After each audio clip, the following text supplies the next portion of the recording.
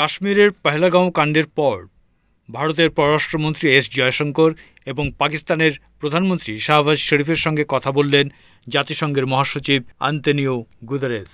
মঙ্গলবার দুই শীর্ষস্থানীয় প্রতিনিধির সঙ্গে গুতেরেসের এই কথা হয়েছে, তা আনুষ্ঠানিকভাবে জানায়নি জাতিসংঘ। তবে জাতিসংঘের প্রধানের সঙ্গে ঠিক কী কী বিষয়ে কথা হয়েছে তা নিয়ে প্রশ্ন ছিল সকলের মনে। এই নিয়ে সামাজিক মাধ্যমে বিশেষ মন্তব্য করলেন জয়শঙ্কর ও শাহবাজ দুজনেই।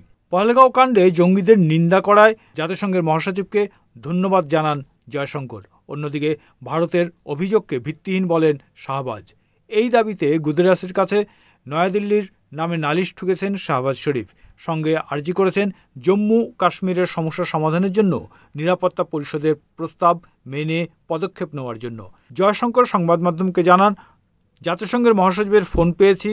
পহেলগাঁও জঙ্গি হামলায় ব্যর্থহীন নিন্দা করার জন্য তাকে ধন্যবাদ জানাই। জয়শঙ্কর আরও বলেন, এই জঙ্গি হামলার নেপথ্যে যে ষড়যন্ত্রকারীরা আছে তাদের বিচারের আওতায় নিয়ে আসবে ভারত।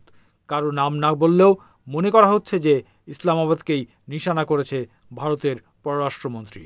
অন্যদিকে গুতেরেসের সঙ্গে কথা বলার পর পাক প্রধানমন্ত্রী শাহবাজ লেখেন, আজ সন্ধ্যায় জাতিসংঘের মহাসচিবের সঙ্গে কথা হলো।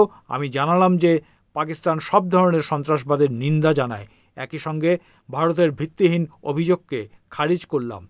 পহেলগাঁও জঙ্গি হামলার পর কূটনৈতিকভাবে কোণঠাসা পাকিস্তান। তারা নিরপেক্ষ আন্তর্জাতিক তদন্তের দাবি জানিয়ে আসছে। শাহবাজ বলেন, আমি পহেলগাঁও কাণ্ড নিয়ে স্বচ্ছ এবং নিরপেক্ষ তদন্তের কথা জানিয়েছি। জম্মু ও কাশ্মীরের সমস্যার সমাধানে নিরাপত্তা পরিষদের প্রস্তাব মেনে পদক্ষেপ করার আর্জি জানিয়েছি জাতিসংঘকে। পাকিস্তান শান্তির পক্ষে, কিন্তু সে দেশের সার্বভৌমত্ব ক্ষুণ্ণ হলে তার জবাব দেওয়া হবে। এই বলে তিনি ভারতের দিকেই ইঙ্গিত করেছেন বলে মনে করা হচ্ছে। এশিয়ার দুই প্রতিবেশী রাষ্ট্রের এই উত্তেজনা নিরসনে জাতিসংঘ কী পদক্ষেপ নেয় এখন সেটি দেখার বিষয়।